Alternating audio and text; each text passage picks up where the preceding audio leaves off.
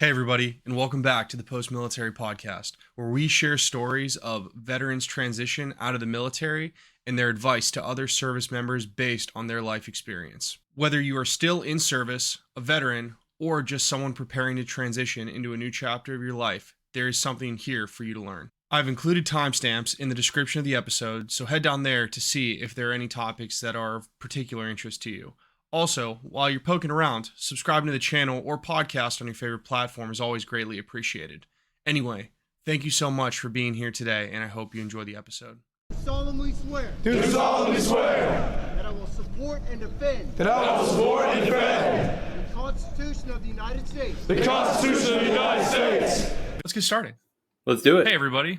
Welcome back to another episode of the Post-Military Podcast, the podcast where we give you stories and advice on transitioning from one chapter of your life to another, specifically focusing on the stories of military veterans. With me today is someone who, if you've been on LinkedIn, you've seen him in a lot of the veteran and transitioning military circles. Great commentator, always has something interesting to say online. Before he got heavily into LinkedIn, he was in the Air Force, the greatest branch of the U.S. military. Everyone else who disagrees are haters, and lived in squalor while we got to live in wonderful air-conditioned houses. He worked as an aviation electronics. I don't even know what's that AFSC? What's the? It was aircraft electrical and environmental 2A6X6. Okay, he did that. Got out as an E5 and has worked in operations management for his entire career, currently working with Optum, and was kind enough to come on today to give everyone his story and his advice. Joel, what's up, man? How are you? What's going on? It is great to be here. I really appreciate the opportunity. I'm super excited to have you on the show. Like I said, found you on LinkedIn. You're always in the comment threads, always got something awesome to say, and I'm like, this guy would probably be pretty cool to talk to for somewhere between an hour and 2 hours. So here we are. And that's probably about as far as it goes, right? After 2 hours, like, all right, maybe we find somebody else. Yeah, you said your piece. Like, at the end of the day, like, how interesting are any of us veterans really when you think about it beyond 2 hours? So that's I know I'm not that interesting. I've got 3 cool facts about me. And one of them is I make apple pie really well, and I've burned 33% of my interesting facts. So that's it. Oh man, okay. We're gonna pace it out, and I'll see if I can get all 3 of them through the end of the podcast. Then. Okay, cool. I lied. That's my only interesting fact. We're done. So, Joel, let's start at the beginning. Tell everyone a little bit about your military career and what eventually got you to the point where you decided that it was time to leave the service. Yeah, so I joined the Air Force right out of high school. Actually, you and I were chatting about this right before we went on and found out we were neighbors or nearby neighbors growing up. We grew up about 40 miles away from each other. So I was in Springfield, Ohio, which if you've ever been there, it's a great place to be from. I love my hometown. I love the upbringing that I had. And I had this moment of clarity where I was like, I probably don't want to be here. I was a okay high school wrestler, and I had some low grade like D3 opportunities that weren't involving scholarships. So did a couple campus tours and had this one moment where I realized that maybe I wasn't mature enough to handle college yet. So decided to go see Uncle Sam and see if they could give me some guardrails to help me become a fully functioning adult. The jury's still out on if I made that or not, but that was the way I went. I think every hometown, I think, has like that suite of all 4 recruiters. So I went and talked to every mall. Yeah, Somewhere. in a strip mall. I went next to a dentist office and a bank, and I went and talked to every recruiter. And I went through and weighed all the options and ended up going with the Air Force. Although I will say the Marine Corps recruiters, there is nobody in the world better at what they do than the people that recruit for the Marine Corps. They have you ready to go fight for God and country that minute. But and their uniforms look sick. Like, they always look squared away, and you're like, man, they look so cool. It almost compensates for that lack of air conditioning you talked about at the beginning, but not quite. So ended up just really still was at that point where I didn't know what I wanted to do with my life, and was like, okay, let me see if the Air Force can give me something. So I was looking for some sort of a job with a skill that could maybe give me a path forward. little bit of flexibility. Went into the Air Force, and it was that game of like, here are the jobs that are available and when you might be able to ship off. So I found something that got me out the door pretty quickly. And long story short, did 8 years as an aircraft electrician. I was stationed at Davis-Monthan Air Force Base here in Arizona in Tucson. That was my first assignment. That's when I learned about dream sheets, right? You list out wherever you want to live. And I had Florida and North Carolina and everywhere near the water. And they were like, how about the middle of the desert? But Arizona ended up being a great assignment. Deployed from there to Iraq. So that was my first deployment. And I was actually doing TCN duty, which is like on-base security forces. I was part of an Air Force Security Forces group. So it was a cool, just get to be a part of a different unit, experience something really different. And then got orders to RAF Lakenheath, which is where I spent about half of my career. So did my second enlistment in Lakenheath. And around the time I got out, a couple of different major things had happened, both in my career in the military and in my life. So number one, my wife and I had our first daughter, or our first child, my only daughter, towards the end of my second enlistment. I had been working incredibly hard for about a year to put together a commissioning package. And anybody who's been on that journey, you've got to really, not only I had to finish my degree while I was on active duty, which is tough in and of itself while you're working full time, had to do all the volunteer work and win the awards and the special projects and get the colonel to write a letter of recommendation and that whole game. And then that package that year was the year they were doing a lot of sequestration, and the entire enlisted officer program got canceled for that year. And I forget what exactly it was, but I know I had already put the package in and I was like checking the website every day to see the status. And then I got an email from AFPC saying, hey, this program is canceled. Like, better luck next year. In hindsight, I think I was just so completely burnt out and overwhelmed with life. Like, I had just had a kid.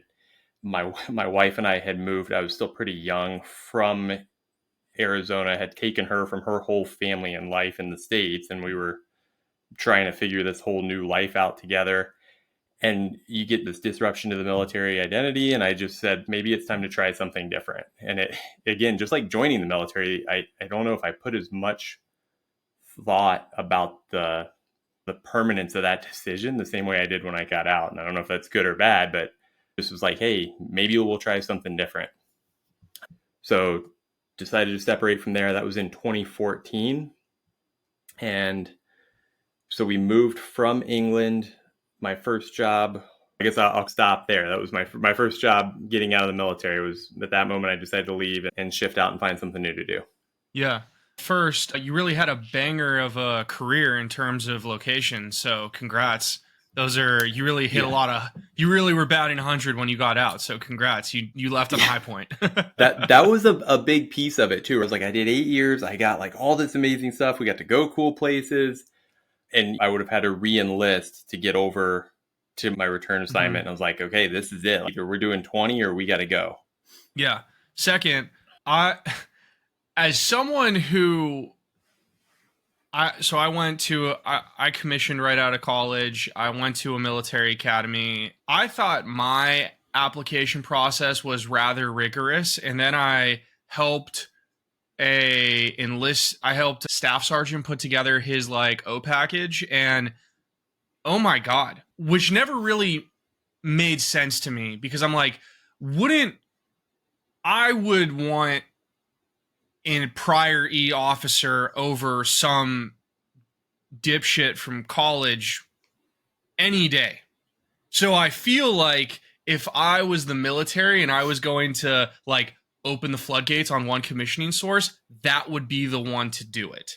But for whatever reason, it's you need to be like, save a person's life, invented a new plane, also invented a new weapon system, saved multiple people, and I don't even know, cured cancer. And it's like, we will consider you at that point if the general writes you a nice recommendation letter. And there weren't that many Air Force guys clearing the streets of Fallujah at the time. So like, exactly, your opportunities to be the hero are low.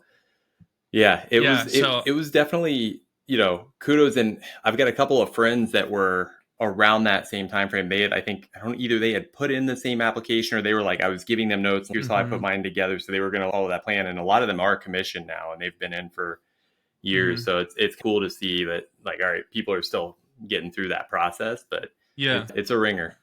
for sure. And I like all the people that I work with who are priory officers, they were all squared away as can be. So the process works, but man, I wish they'd let more people through. Anyway, something I wanted to ask you about before we talk about your exit from the military. I feel like maybe the narrative has just changed, but I feel like for so many people, college is just like this default thing that people do. And why do you think you had the ability to go, I'm not ready for this yet? Because I think most people, honest to God, are not ready for college. Like, I wasn't. I got lucky, and what existed on the end of my 4-year degree was the military. Thank goodness, because man, I wasted that education. But what do you think you had in that moment that prepped you for that? Because I wish more people did. Not necessarily like everyone should go in the military, but like work, military, volunteer, something other than go $80,000 in debt because you want to figure your life out. I don't know. And I think I've only made like 5 good decisions in my entire life, but they've been at the exact right moment to really get max ROI. Like, I joined the Air Force, I pursued kind of the career path I did, and I married my wife. Like, other than that, I've probably made every other mistake I could. But if you get those big ones, you're doing okay. I think a piece of it was like, there's a couple different things. Like, my family didn't have a ton of money, so like I was going to have to come out of pocket, and I just was doing the math and being pragmatic, and I was like, I don't know how I'm going to do this. And then I remember there was a guy who was a senior my freshman year in high school, and he ended up joining the Marines. His name was Kevin Smith, and he was actually killed in Iraq about a year after he graduated. And that really, like, there was a kind of a group of us that were freshmen. And I remember he was one of the only seniors that was cool and nice to us, like one of the cool seniors that didn't bully us and pick on us. And I think that had a little bit of an impact where, that and a couple of family members was like, okay, the military feels like something where if you don't know what you want to do, go pick up a metaphorical shovel and let Uncle Sam give you something to work on. So I think it was a combination of those. But I do agree. I wish there were more ways to, and this is something I share with a lot of like youth. It's like, take a couple years off, do some, like, you don't have to join the military, but like, go volunteer, go work a shit job, like, figure stuff out, then decide what kind of education you really need. Yeah, 100%. I think that it's the number one thing that I wish that we pushed more for in America in terms of educate. Like, it's definitely since my wife's pregnant now with our first kid, those are the kinds of things I've been thinking about a lot now. And I'm like, I'm definitely going to be encouraging my children. Like, you do not need to go to school right out of high school. Like, I would not recommend it. And here are other options, but especially now where COVID made everyone go, oh yeah, it's online, but it's still expensive. And it's just one of those things where I don't know if it's the same return on investment as people think as it was back in the day. Yeah. I don't know. And I will say on that topic, though, the advice I still give to vets right now, I think the industry and the world might be changing. I don't think it's changed yet. I still encourage, if you want a kind of traditional, quote unquote, professional job, still hedge your bets and get a degree. Society hasn't swung that far away from it. 100%. I completely agree with you in that regard, especially if you're getting out of the military. Use that GI Bill, baby. That thing's sweet. Yeah, but between the VA loan and the GI Bill, the military, if you're paying attention, will really set you up for a successful future. For sure. I had a podcast guest at one point tell me, I forget what their exact words were, but essentially it's one of the fastest ways to jump into the upper middle class if you play your cards. So I completely agree with you on that. So for you, you're upset, you're burned out, you went through all of this to try and get this package in, and then the Air Force sequestered your dreams away. What did that preparation process look for once you knew, I'm down, I'm dropping my papers, I'm getting out? What did that preparation process look like for you? Or was there one? Because you just said you just sent it without any kind of prior thought. So what did that before we get to your first job, what did that like the before time right before you picked up your DD-214 look like? Yeah, and I'd say it was probably a shorter transition window than like the typical you need to spend 2 years that everybody kind of talks about. But I did, once I made the decision, I've always been very like goal oriented, right? I need something to work for. It was like this, getting this degree or putting this officer package together, or this, now it's this job. So I'd say I honestly way over indexed on the tactical career stuff, like the interview prep, the resume prep, the job hunting. I think I was like really well prepared there, especially for having worked with a lot of vets now. As an E5 getting out with limited experience, I stuck the landing on some of those topics. Where I completely missed the mark was like the self-awareness. Number one, that I was burnt out and just experiencing general life stress. I was still young enough. I didn't realize that was how life worked. Like, oh, you have kids and job responsibilities and things. And like that becomes overwhelming. And sometimes you just need to unpack it and recharge. I missed that entire window. So me saying that's where I was, that's like years later, I'm like, oh yeah, okay. So yeah, I'm only 2 years out. I totally get what you're saying, but then take me back to that moment. And what was your mindset then? Like you were literally just, I'm going to be the greatest interviewer of all time, like no one ever saw kind of thing. That's where you just single tracked it into. Yeah, I think I wanted, again, in hindsight, like I think I was more nervous than I was aware of and scared. And it is, you're leaving your whole identity. I think especially guys that like us, you either enter into an academy or into the military at 18, 19 years old. That's your identity definition window. And you don't get as much room for exploration as some young adults do. And that's not good or bad. That's part of the trade-off and part of the sacrifice. Like, I'm not hating on it, but you don't develop that personality as much, or you don't explore as much. So, I had to do that and fill that in backwards. And I think with all that discomfort, what I was doing anyway was saying, let me just like find something to be really good at. Let me check something off the list. So when you think about things like prepping for an interview or writing your resume, it gets tactical enough that you can feel like you're quote unquote good or you're ready. Whereas things like emotional well-being are much more complicated and nuanced, and you can't just like, oh, I won, I did it. Yeah. Who am I really on the inside? Isn't that a fun question to ask yourself? So it turns out I just like Heismaned that topic for several years and was like, let me get my resume really good. And I even remember doing an exit interview with my commander, and he was like, this is one of the best resumes I've ever seen. And I was like, I didn't say this in my head. I'm like, that's really shitty. That scares me because I was 25, I think. Like, I'm a 25-year-old. I've literally seen like one other civilian resume in my life. I didn't have, my family wasn't a bunch of, I didn't have, my parents weren't like MBAs and working in that field. So it's like, I had no context and I had managed to figure it out. So I'm like, what's happening to a lot of other vets that this is setting the bar? It's very true. Counterpoint though is you're like, buddy, you've never been outside of the military either. So Yeah. what do you know? Is it like, how do you know it's a good resume? Yeah. He said it was one of the best, but again, within vets. So I'm like, yeah, like competition's not great. For sure. For sure. And so was all this prep happening in England at the time? Yeah. I was stationed in England, and the way the timeline worked, my first job, I ended up landing a job at SpaceX. That was my first civilian job. That's sick. Yeah, it was awesome. And they were heavily recruiting at the time for my background, like Air Force, Marine Corps, Navy, aviation technicians, because turns out the standards for aircraft in the military and spacecraft aren't too far apart, and you can bring a lot of those skills. But I remember doing an interview from England. With Elon Musk. No, yeah, not with Elon, no. But then I did like my first one or two interviews with them there, and had interviewed with a couple other companies while I was over. And then I remember we came back to America, landed in Ohio, and I stayed one night, and the next morning I flew on a plane and went out to LA to finish my interviews in person with SpaceX. And I collected my first 2 or 3 checks as a civilian while I was still on terminal leave. I was like really on it.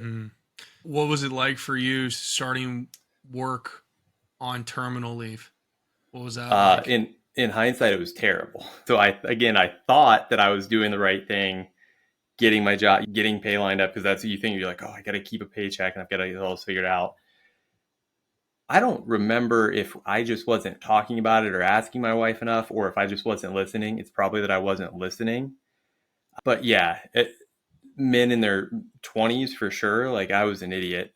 I was like, no, I need to start working, and didn't take any time off. So went from like that burnt out, overworked moment in the military to SpaceX, it was an amazing opportunity, amazing environment, but a lot of hours. I was working hard. I was working on second shift. So I think shift work, aside from all the physiological impacts, now I'm leaving a wife and young baby at home, and it's not the military where you're like, I have to do it, or it's part of the bigger mission. You're like, this was my choice. And I think that was a tough moment for us as a family. Like, I think where I got probably A's in the career transition, I damn near failed the take care of your family side of the transition and take care of yourself. Mm-hmm. And you said you pushed it off for that discovery of self for a couple of years. So walk me through. So you're in SpaceX, you're in California now. What happens in the life of Joel that eventually leads to this whatever moment of realization that you had where you're talking to me about this now? Yeah, I'd say honestly, and it's really just in the past couple years that I've gotten a lot better at this. The short version is, like, you fast forward and it seems like I've gone through a couple different civilian employers on my path between SpaceX and where I work now. But it's every employer I would hit this point a year or two in where I was just like stressed out and overwhelmed and overworked, and like, they don't get it, and this is whatever it is, right? You name the story of like all that negative talk of that people can do to themselves. When you do that across a couple different employers, you start to realize you're like, maybe it's me. Maybe work just has parts about it that aren't fun. No, and again, don't get me wrong. I think I left every step of my career for pretty good reasons. But as you look at the theme, you're like, oh, I was unhappy here. I was getting too emotionally invested in work here. I was wrapping my identity up in it too much at all these places. You're like, maybe that's something I can look at controlling. And I think, again, this kind of only came clear in hindsight, but when we talk about that identity gap of you didn't get to figure yourself out as a young adult, the military kind of tells you who you are. And it's not a job the same way being a civilian is. It's part of who you are. And I think I was trying to replace that and be like, no, I'm like, who I am is where I work. And that's just not the way it is. There are very few jobs. And there are, I think, certain medical professionals, and if you're the founder of a company, that's a lot more of who you are than the average employee. But when you're living in corporate America, that shouldn't be your entire identity. No. And I love what you said about the military really does wrap our identity. Everything's wrapped up in it. And I liked what you said when you talked about your shift work of, if you were doing shifts in the military, it's digestible and okay because there's like service to the nation inexorably attached to that. And then you take away that military context and all of a sudden it's just like, I'm getting money for this. Cool. And I don't think that enough people in the military really equate the fact that most people either love or deal with their job in the military because there's some purpose attached to it that's external to the job itself. It's not the job. It's it's the framework the job is placed in. And I don't think people think about that enough. Yeah. And that's, again, I think something really hard is you make that shift to becoming a civilian. And that's some of the big feedback where like a lot of vets struggle with, where they can be overbearing or they're just too gung ho. Oh, you really are. You don't get these people you're working with have built their entire life, and work is this chapter of it. And it can be an important chapter and it can be meaningful. Mm-hmm. And it's a chapter of their book, whereas you're trying to live your whole life in that set of pages. Mm-hmm. Yeah, I completely agree. And so what did that realization process and then the recovery process look like for you? Yeah. So I think it was really like COVID was really challenging from a work standpoint. I was at a different company at this point. So I fast forwarded a couple of years and was leading a distribution center. So I was like the leader of this DC, and COVID hits. And I remember like that March, April period, right? It's so easy in hindsight for us to laugh about it or whatever, and like the toilet paper shortages and all that. But there was a period where anybody who tells you that they weren't scared is lying, because we really didn't know what the hell was going on. And then so you go through that, like that stress environment, which I think we all worked through at our own level. And then I had that whole like work went crazy, right? Like I was an essential employer. We were fully open. We were in person. So you had not only all that stress of like going into work, not going into work, but I was leading a lot of these decisions or working with my leadership team to help decide, like, do we make employees wear masks or not? Are we even allowed to do that? And then you're communicating, like, I'm the voice of all these decisions. That's the job of a leader, but it's definitely stressful. And I think coming out of that, so that kind of winds down and COVID kind of gets to more of its normalized life that we've been through the past couple of years.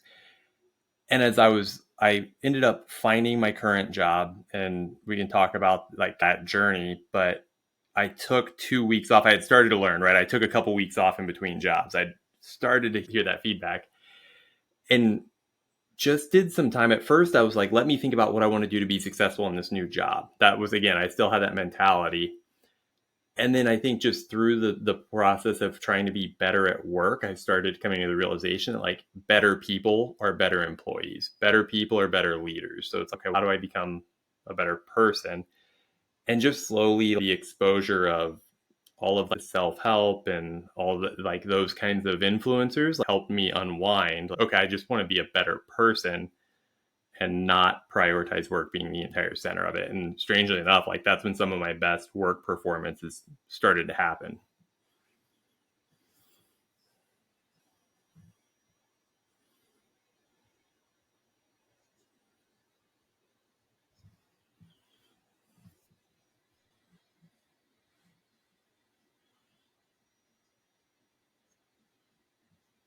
I'd say the first piece of advice is like you got to figure out what works for you, because especially in this day and age, there are so many voices, writers, methods. There's so many different options, whether it's going to therapy, getting involved in a religious practice like meditation, breath work, listening to podcasts. There's so much out there.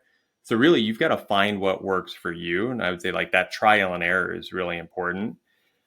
Something that's really resonated with me and been helpful is like stoicism. And I don't know if you've heard of Ryan Holiday, and he's kind of our modern stoic writer. Is he back there on the shelf? I've got all three of his books down there on the bottom shelf. So yeah. Yeah. And I think that was another, the people that have embraced that, like the obstacle is the way mindset of like, no, hard is what is supposed to happen. Like hard is how life works. You have to try to just choose what's worth grinding through the hard for. And I think that was a big piece of it for me. And then the more you can invest in, again, self-awareness, whether that's journaling, therapy, meditation, the more you can become self-aware and focus on your metacognition. What thought patterns are you applying to problems, right? Like that one I unlocked was, oh, I feel uncomfortable about something over here. I'm going to pour myself into work and ignore that other problem. Like it took me a long time to learn to identify that. But questioning your own thought patterns can become really helpful. Yeah, I think that building the self-awareness is huge because, in my opinion, I think the number one reason why it would be helpful for a lot of veterans is if you can understand why you feel the way that you feel or what's triggering you, it allows you to understand these issues outside of yourself. Once you realize, oh, this this thing over here is forcing me to become a workaholic.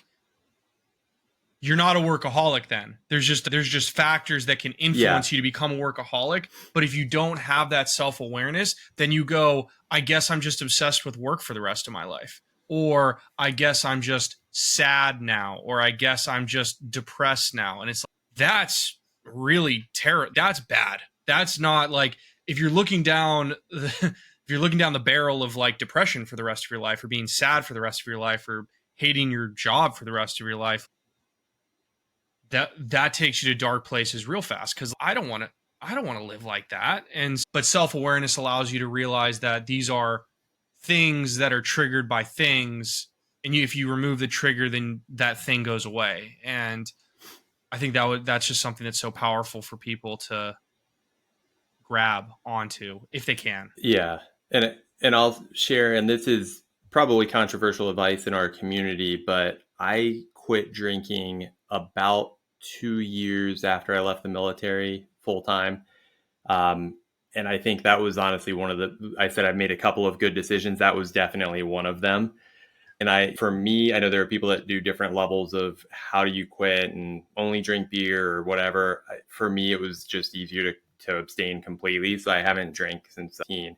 And that was a huge decision. And I remember early on, it wasn't a vet, but another guy was like, how do you function if you don't drink? I'm like, in hindsight, that's a problem. But like, bro, you shouldn't be asking that question. But the answer I gave was one of those first like self-aware moments where I was like, look, when you're not drinking, you have to look at yourself clearly in the mirror every day. So like whatever stuff starts to show up that you're like, oh, like I feel uncomfortable about, there's something in the corner over there. Maybe I haven't learned how to identify it, but now I've got one less layer I can use to block it out. Like I'm not drinking. So it's like, oh, that's creeping into view a little bit more. Eventually I'm going to decide to go clean that mess up in the corner. I think that once things like drugs or alcohol become a crutch to mask the work that needs to be done for yourself, then it's a problem. Well, but that can be literally anything. You could just, I really dig McDonald's, or I really like work, or I really like video games, or like all of those things are good in moderation. But the second that they are used as a means by which you hide from something that needs to be dealt with, then it's a problem, and you should probably just not do it. And I think it's hard for a lot of people. And I think drinking is just that's just like the standard ops for military folks, because we come from a drinking culture, and it is what it is. You do a couple years in England, and that's for sure. You're like, oh, that's where we're at right now. Yeah, you're like, the food doesn't taste good, so I might as well try the beer. The food, the joke is the food tastes really good. They just stole it from a whole bunch of different countries that they had visited over the years. Is baller. The Indian food in England, I didn't realize that. Like in America, every little town has like a decent pizza shop and usually like a decent Chinese restaurant. Every tiny village in England has a takeout Indian, and it is amazing. Oh, for sure. Like I miss that. I miss that so much about England. You just get that naan and the curry, and you're just like, oh yeah. Yeah. That's my only, I was like, when I stopped over in London on my way to Amsterdam for a river cruise I did with my in-laws very recently, we ate at a British pub and we ate at an Indian restaurant in London in the stopover. And I'll tell you what, that British pub was real bad, and that Indian food was real good. Absolutely, man. Oh man.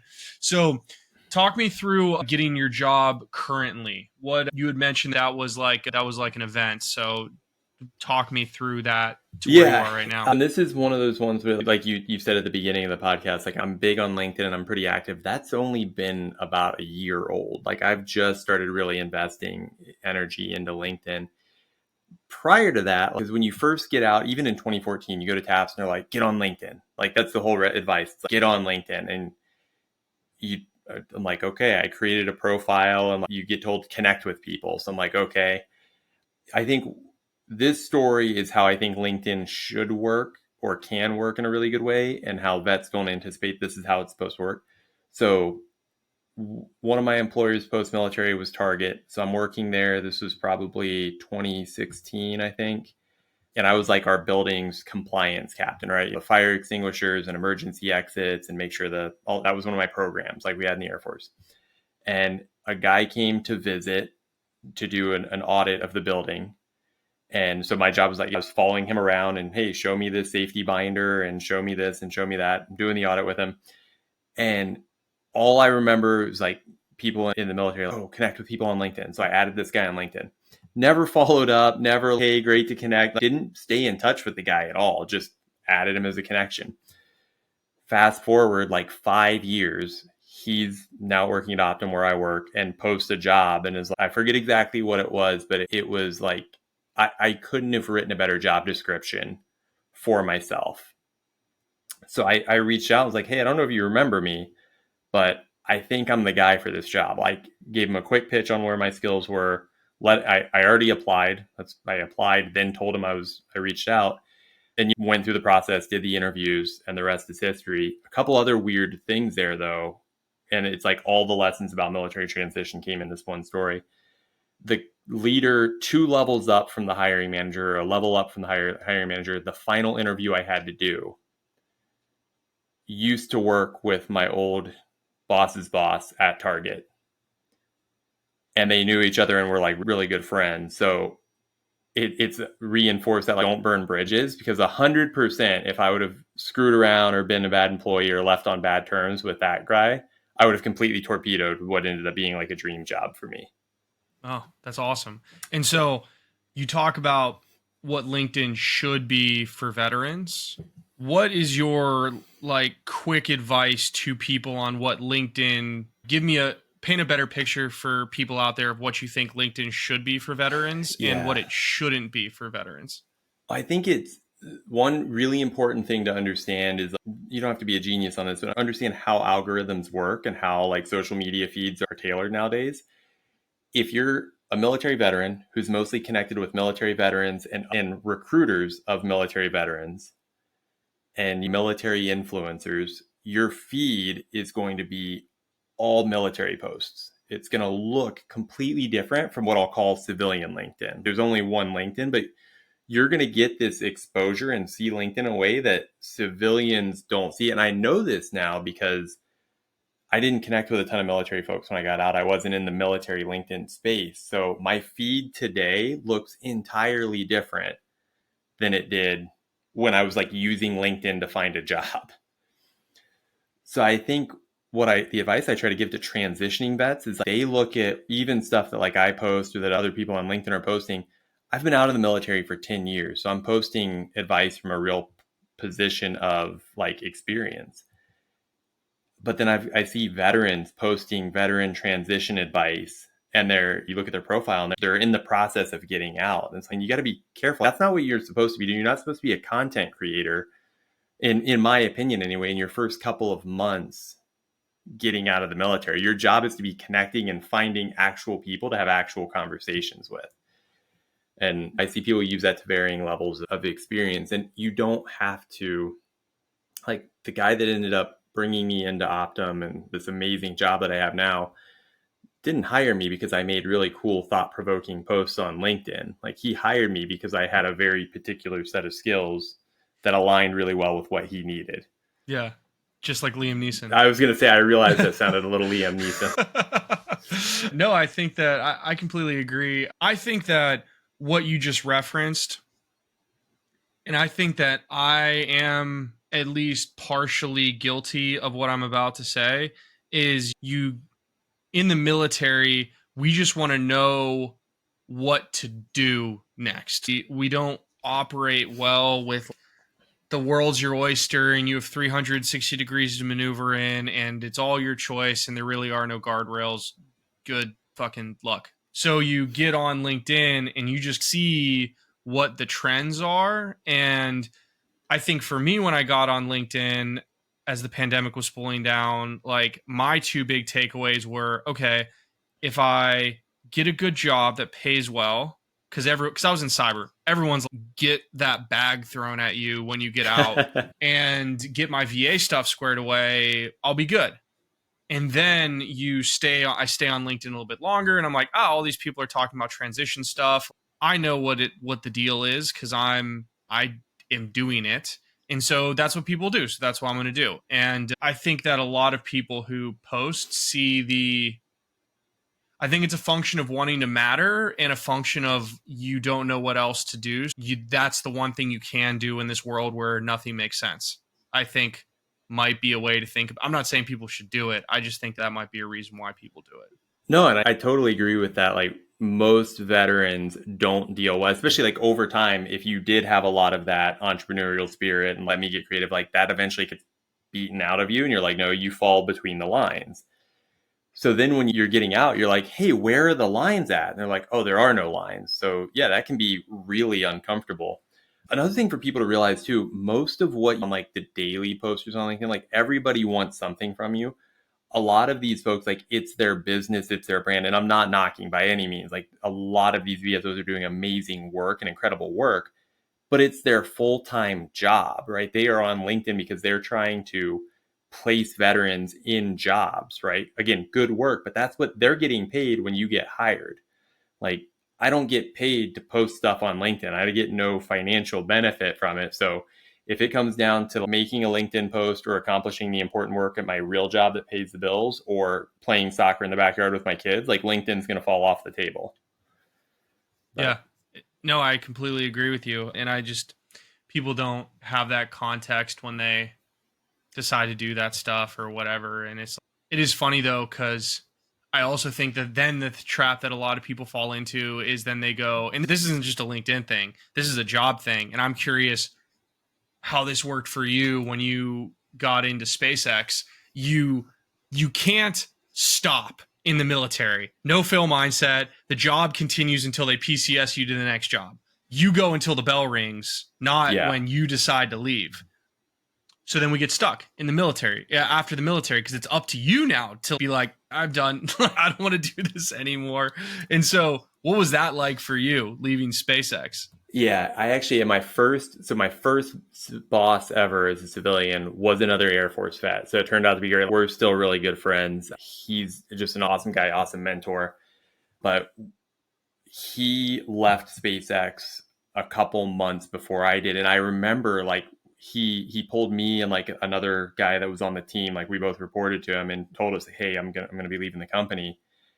And I had been feeling all this stuff. Like, I don't know, like your point, I don't know what to do. I don't know how to get out of this. When's this going to get better?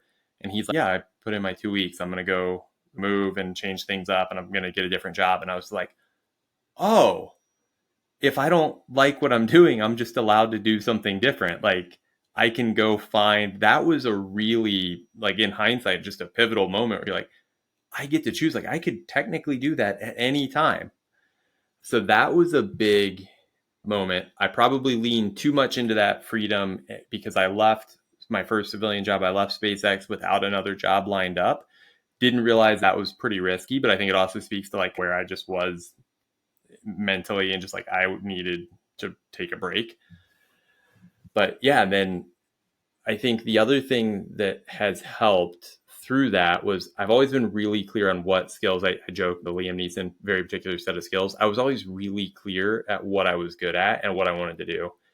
And I think you see a lot of that with veterans that are transitioning where they're like, because the military does teach you to be a little bit of a jack of all trades. I, for whatever reason, never thought of myself that way. I always viewed it like I'm good at like production and operations planning. That's what I can do. When I say like my resume was really good, it's because it was really dialed into that. So I think that focus helped me rebound and find my next job really well with that newfound freedom of I can change things up if it doesn't suit me. And when you're talking to veterans now, what advice do you give from your experience on how to dial in that particular set of skills? Because I think that I'm still I still don't really know what I'm good at yet. To be quite honest with you, I like talking to people. I'm pretty slick on a mic when I choose to be sometimes, but not really. And that's about it. And so I'm either haven't dove deep enough yet to figure that out, but what advice do you give to people to figure it out? Yeah. So especially if veterans have the time, right? A lot of the folks that I'm working with, they're so into the transition. I'm talking to people 2 years out. They're like, hey, I want resume advice. I'm like, bro, you don't need resume advice 2 years before your EOS. Right? If you've got time and there's not that immediate financial pressure or other life circumstances, you've got to unpack yourself first. You said something really telling me, I don't know what I'm good at. I think it's a lot less at what you're good at or what you can do It's more about what do you want to do? Because most jobs right now, if you want to be a pilot and you're not a pilot, you're not certified, or you want to be a surgeon and you never went to medical school, we have a problem. But for a lot of corporate jobs, you want to be in business, you want to be in operations, you want to be in sales, even you want to get into cyber, there's a pathway you can get through the certifications and the education and get into it. We think too much. I see one of two things, either self-exclusion, like I can't do these jobs because this is what I did in the military, or I can do everything and I get overwhelmed by all of it. And then you're applying for every different job. So if you can do the work to identify who you really are, and it sounds a little bit like woo and new age and like burning sage, but if you understand who you are and what your values are and what you enjoy, then you can start getting a little more clear about your job search. And one of the other things I recommend to people getting out is have your don't want to do list.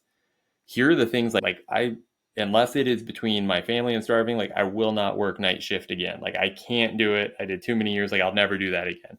The more you can identify those kinds of things, the better you can then identify what you want. That makes a lot of sense. And something in there that you just said that I want to dive into is the self-disqualification. When you're, and I want to dive into the broader scale of you coaching people now. I think that's a really interesting angle to take. But when you are talking to people within your personal experience, how do you deal with the imposter syndrome of I don't fit here or I'm not capable of doing X, like those thoughts? Oh, man. It's funny. I literally posted, I don't know when this will end up airing, but 2 days ago, I actually posted something about imposter syndrome on LinkedIn. And it was like military transition day 3000, whatever. Imposter syndrome still a thing. I'm beginning to think it's part of being a human being.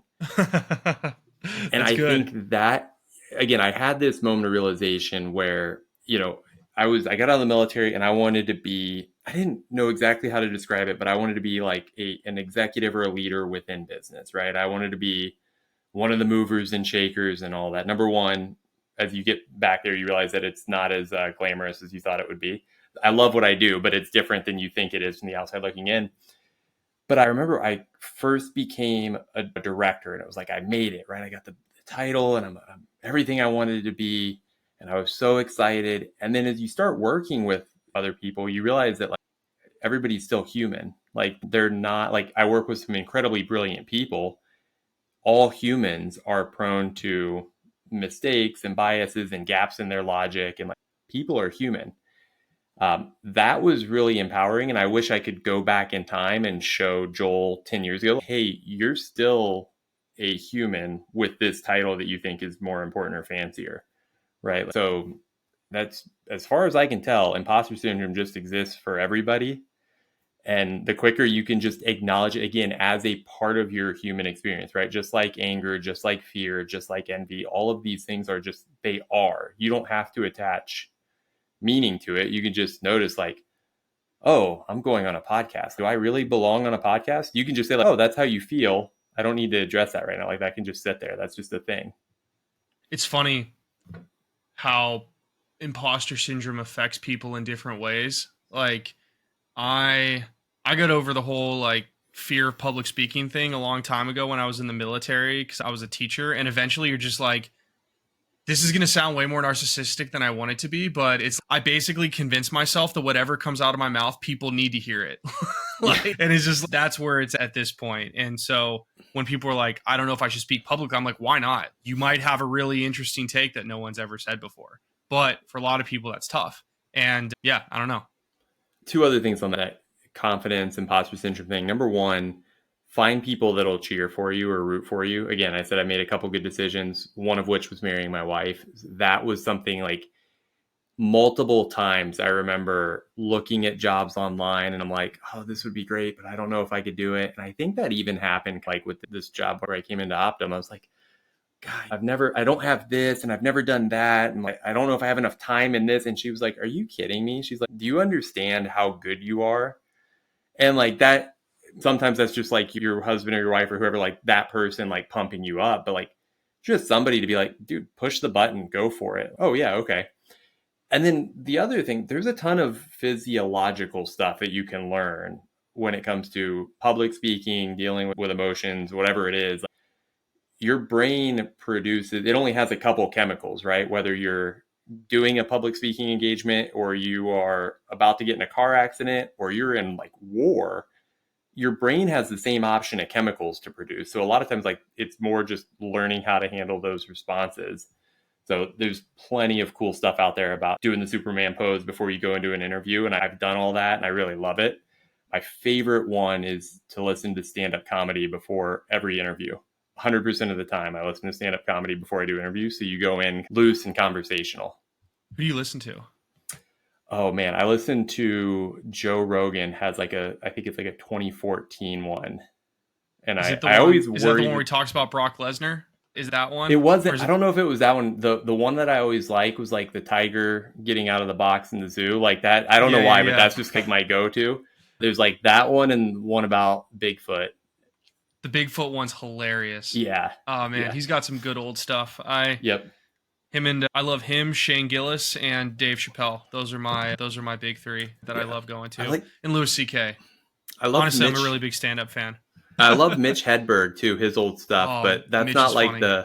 that's not the tone or the pace you're looking for an interview, right? Joe's hype. He's like energetic as shit.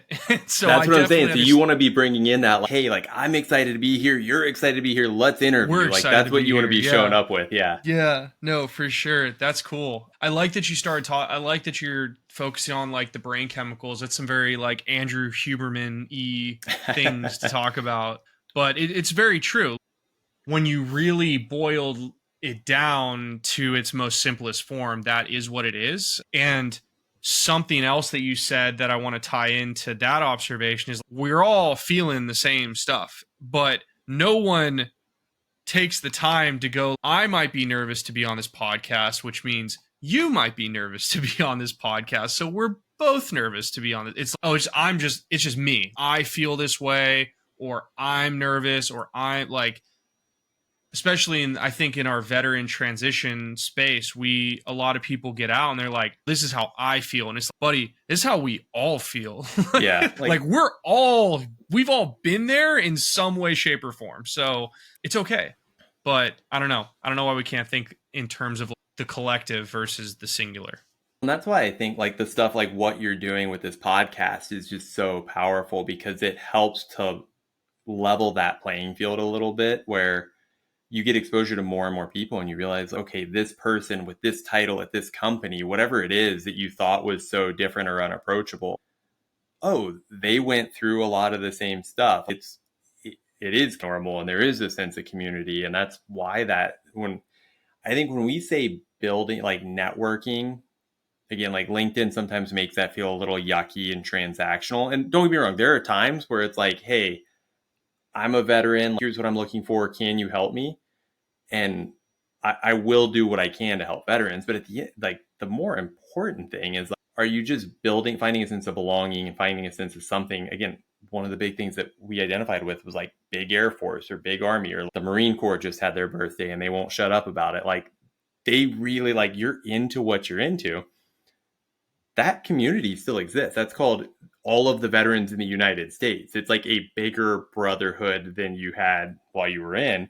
You just have to go find it. Yeah. And I do want to get into you coaching veterans. You just keep teeing up these questions for me really well. How do you recommend to people and how did you find community once you got out of the military? Because like you talk about that brotherhood, you just have to go find it. I think that making friends as an adult in and of itself is difficult. But I think that as a military person that's used to showing us, welcome to Lakenheath, here's all of your friends. You work with them now. Like that's literally how it is. And Yeah. your work friends,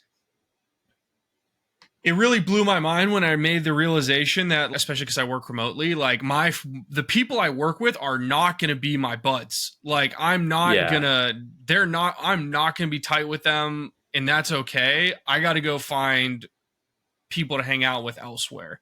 And that was huge. That was weird for me. So how was it for you? And what can people do to foster community within their life once they get out of the service? I think that's what brought me more involved with LinkedIn in general was like I was at that stage where, and part of this is like the stage I'm at with my life, right? I've got young kids, so that's basically what we do, right? Like you're lucky to squeeze in a couple of date nights, like much less, hey, I'm going out with the boys for, I don't golf, but like going out to golf for the entire day. Like you have fun with the kids. That's never been my jam. But I did hit that point of realization where it was like, man, something's missing, right? So I get this director title and I feel like I made it and I've got my MBA and I'm so fancy, and you're doing this job that you thought you wanted and you worked for 10 years and you're like, oh shit, I'm not happy. What the hell? And I, again, having the perspective and unpacking, it's like, okay, I don't feel like work can't be your whole thing. It can't be the most important stuff. So as I unpack values, and like service is really important to me. I feel at my best when I feel like I'm helping people and when I feel like I'm giving back. So that's where, as I made a couple posts on LinkedIn and a couple of them got like some attention, and it seemed like a lot of vets connected, like I had other veterans reaching out. They're like, oh my God, thank you for saying that. I've been feeling that, but nobody said it. I was like, okay, like we're onto something. I guess we're going to work with this. And then I would just say it's okay to realize that not everybody's going to be your friend and not everybody's going to like your personality. That's totally okay. There's 7 billion people on the planet. You only need like a handful of people to like you to be completely happy and fulfilled. Yeah, I can't remember the statistic, but it's like how many close friends can you actually like how many close relationships can you actually have versus how many acquaintances can you they've done some research to basically figure out, put a number to the amount of relationships you can actively maintain in your brain. And it's not a lot. Like, it's 150, and that's why cults start to fall apart as they get bigger, because you can't feel that loyal beyond 150 people. Oh, that makes sense. That's an interesting fact you just whipped out there. Were you in a cult at one point? No, I've been kicking around now. Yeah, but again, like follow me on LinkedIn. I'm over 150 connections, so it's definitely not a cult. That's fair. Yeah, it's something. It's a movement now. Yeah. Oh God. Yeah, but it's true. Like you don't need to be liked by everybody, and yeah, I don't know. The flip side to that, though, is understanding how you sound coming out of the military versus everybody else. I think that is a unique problem that is encountered by all, but only fixed by some, if that makes sense. Yeah. And context matters an awful lot, right? Like my first civilian company was SpaceX, which was really similar to the number one. I worked with a ton of vets. So that was there. Everybody was growing out their DD-214 beard and had tattoos and the whole game. And then my next job was at Target, which I, again, made a couple good decisions. Target, from a cultural development standpoint, like I can't say enough good things about the leadership development that company uses. Really had some amazing leaders that sat me down and were like, here's how you're showing up. Here's how you sound to people.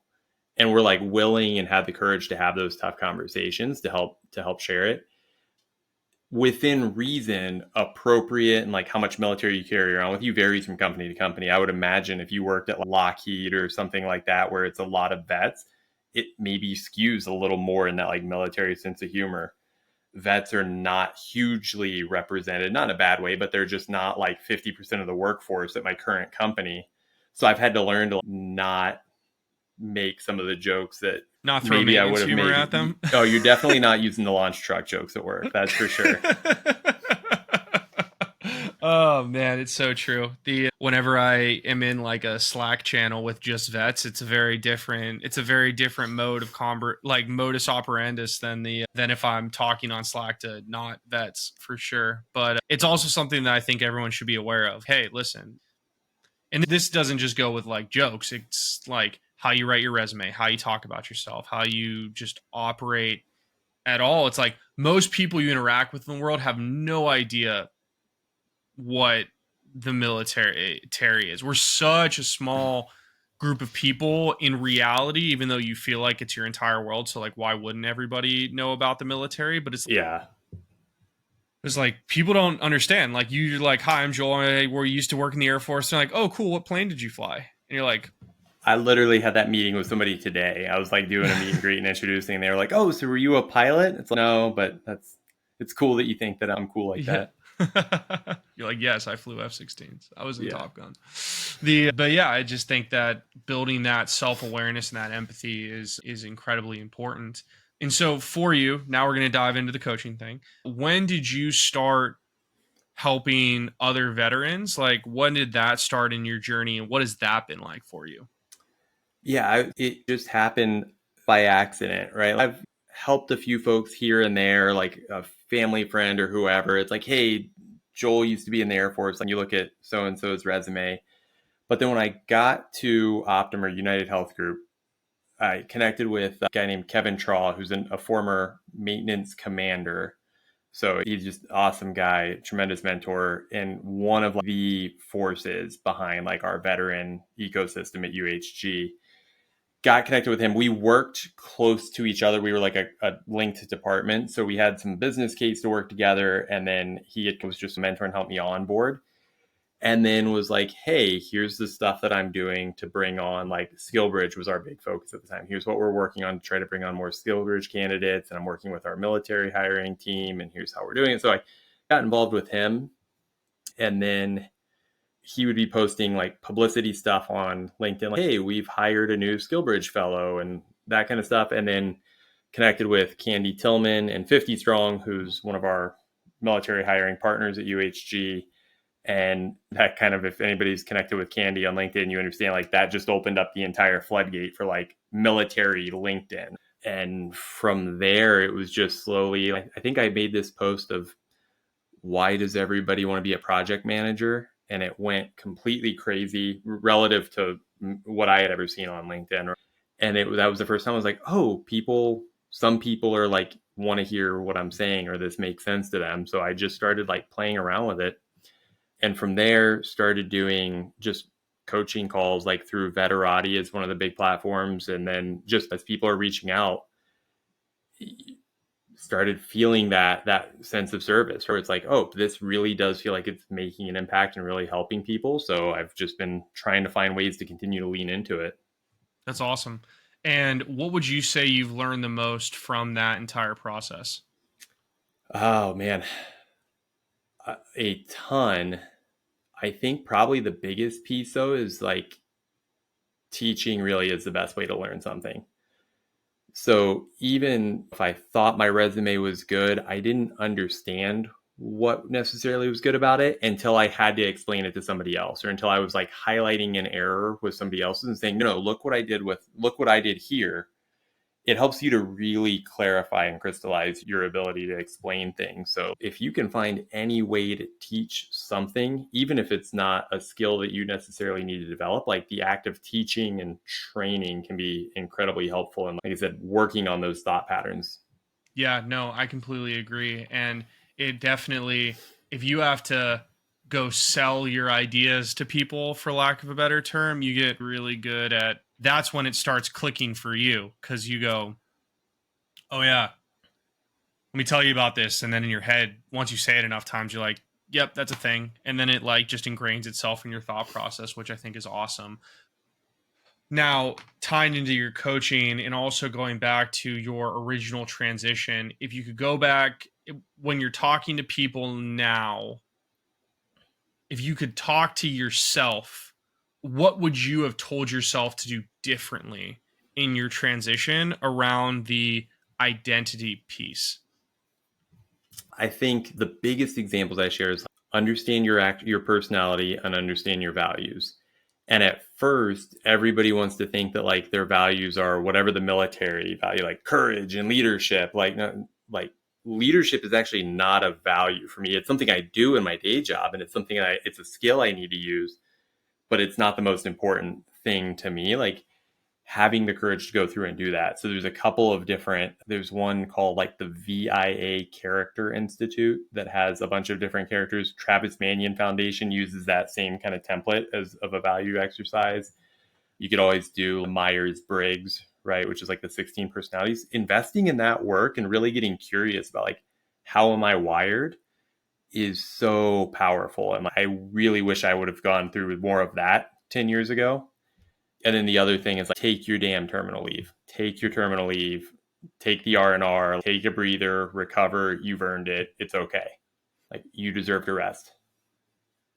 I think that both things are great advice. The doing the personality tests, I think, are really important. I had another guest on, Chris Roberts, who is a leadership consultant now, who used to do cyber work, and he's a huge advocate of familiarizing yourself with one of the Myers-Briggs, or I think he said the Engram like version, Mm-hmm. whatever, because not only will that allow you to understand what you are, but it gives you a system to fit other people around you into the same box. And that's a powerful tool as you get out to understand people in a system, when in the military, everyone kind of was the same.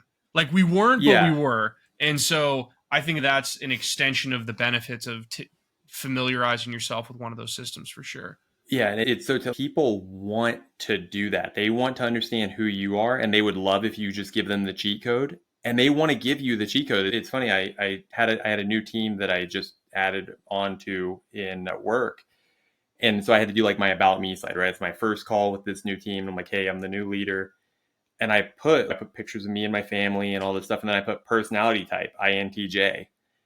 And then a week later, the team is doing their about me introductions, and a bunch of them had different personality methodologies, or whatever you want to call it. But they were so eager to be like, oh, like, here's who I am.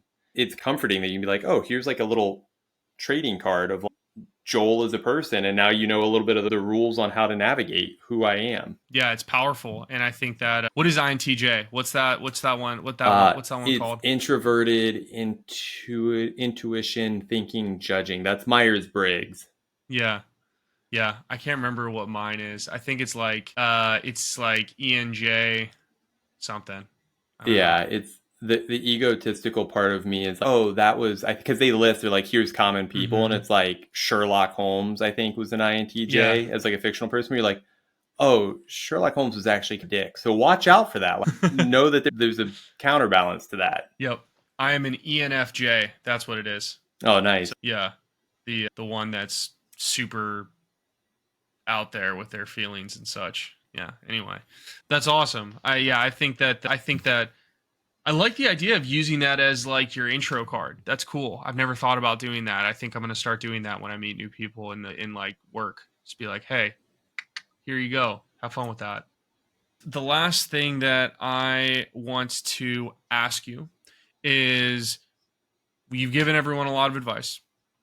What is the penultimate thing that you want to leave the listeners with before we end this episode? Oh, man. And take as long as you want, because I can literally edit all of this time away. Or you just leave 45 seconds of downtime, as I think is maybe I'm clever. lying. I don't know. Yeah, it's funny. I think it's, you matter and you're valid. Like, your feelings, your experiences, your thoughts, like, they're all valid. They're all real. You can live it. You can feel it all. Feel entitled to it. I think so much of what veterans do, and this is far beyond, it's not any particular demographic. It's not combat vets or this or that. So much of what we do is just fighting against our own concept of who we should be, or what we think we should feel or experience. Like, feel it all. Like, it's all normal. Again, your brain is going to make chemicals, and you're just going to have to learn how to process it. Like, feel it. That's awesome. Yeah, I think that's such important advice for people who, for so long, feeling's really bad, or it gets in the way. Yeah.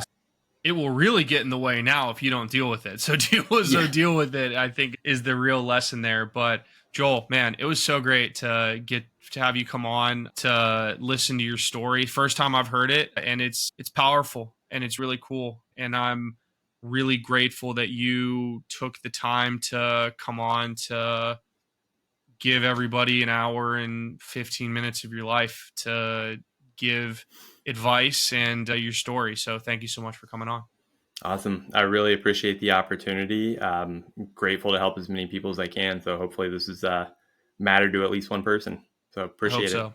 And if people want to find you, where can they do? Pretty much on LinkedIn. I don't have a website. I don't have a book to sell. I don't really have other social medias. So like LinkedIn is where I reach out to vets. That's where I spend the time. Are you still on Veterati? Yeah, and I'm on Veterati as well. I've got a profile. I will admit that my calendar's a little bit of a dumpster fire on there right now. Might be tough to squeeze in time, but LinkedIn and Veterati for sure. Cool. Awesome. We'll make sure that those are linked down in the description of the episode. So if you're interested, make sure to go check Joel out and reach out to him. He'd love to talk to you if he has time. But that's the end of the episode. Thank you all so much for being here, for taking the time to listen to the whole thing. You're the reason why we do this. If you like the content, subscribe, always nice. But more importantly, share this with folks who would benefit from this message.